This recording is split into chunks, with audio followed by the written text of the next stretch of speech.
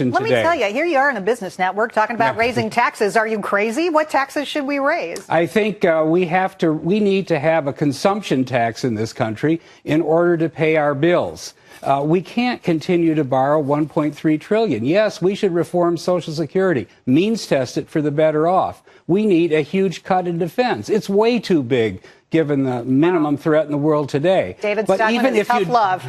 But if you do all that, you still will not come up with enough. We could get rid of departments like the Small Business Administration we don't need. Get rid of the entire Energy Department, not just these green, loan guarantees and boondoggles. Get rid of the whole thing, and still, unfortunately, you would need to raise revenue. But until we face the fact that we are broke, that we had a near-death experience a month ago when they couldn't pass the debt ceiling, and why doesn't the White House learn that? Well, do you have any faith in the super committee? Because a lot of people now are banking on the super committee to come in and to make draconian cuts, maybe go for the big kahuna more than they are supposed to, but, trillions of dollars here. I would like to see them try it, but I think the politics have been so polarized that it's not going to happen. The Democrats have said not a dime out of Social Security. It just spent last year $60 billion more than it took in. How can they say that's not part of the problem? The Republicans say not a dime of taxes,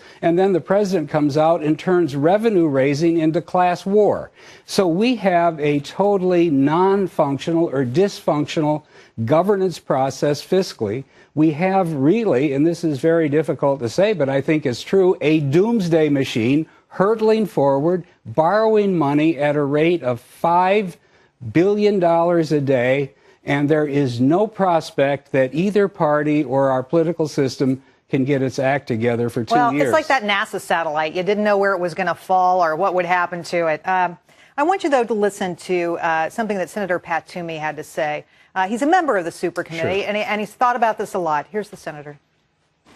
My own personal hope is that we will do something on the tax front, because I think the most pro-growth thing we can do would be to reform the tax code, simplify it, get rid of some of the unfair deductions and special interest loopholes, and lower marginal rates so that we would have a surge of investment and job creation and growth. So I'm hopeful that we'll be able to take a serious look at that. So talk of reforming the tax code in a big way. This week we're talking about raising taxes on millionaires, the so-called Buffett tax. Are you in favor of that? You just said some taxes should be raised. Yes, I think we should raise taxes on billionaires, on millionaires, on the affluent, and on the middle class, too.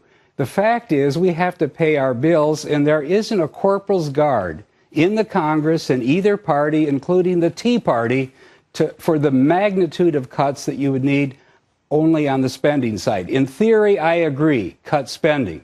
But we don't run our budget in theory. We run it in a democracy. And if there isn't a consensus at the end of the day for the level of spending cuts that are needed, then we have to raise revenue to pay our bills.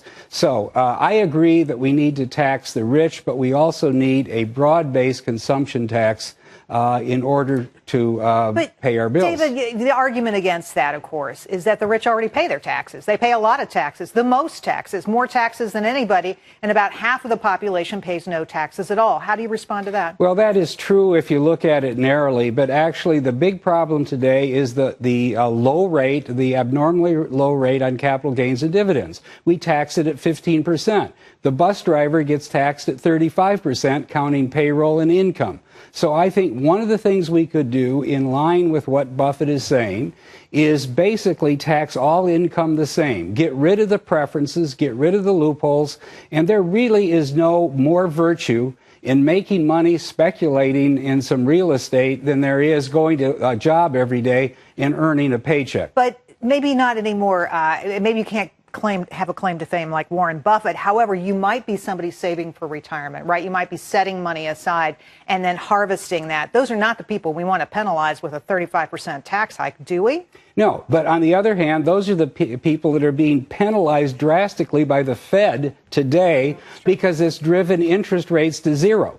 So if you tell the retiree and the thrifty American you're going to earn zero on your savings account and then we're only going to tax it at 15%, they don't care. The fundamental problem is that we have a monetary policy that is totally destructive and is part of the reason why our economy is in such deep trouble. David Stockman, a voice of reason in a world gone crazy. Thanks for coming on the show. Really appreciate it.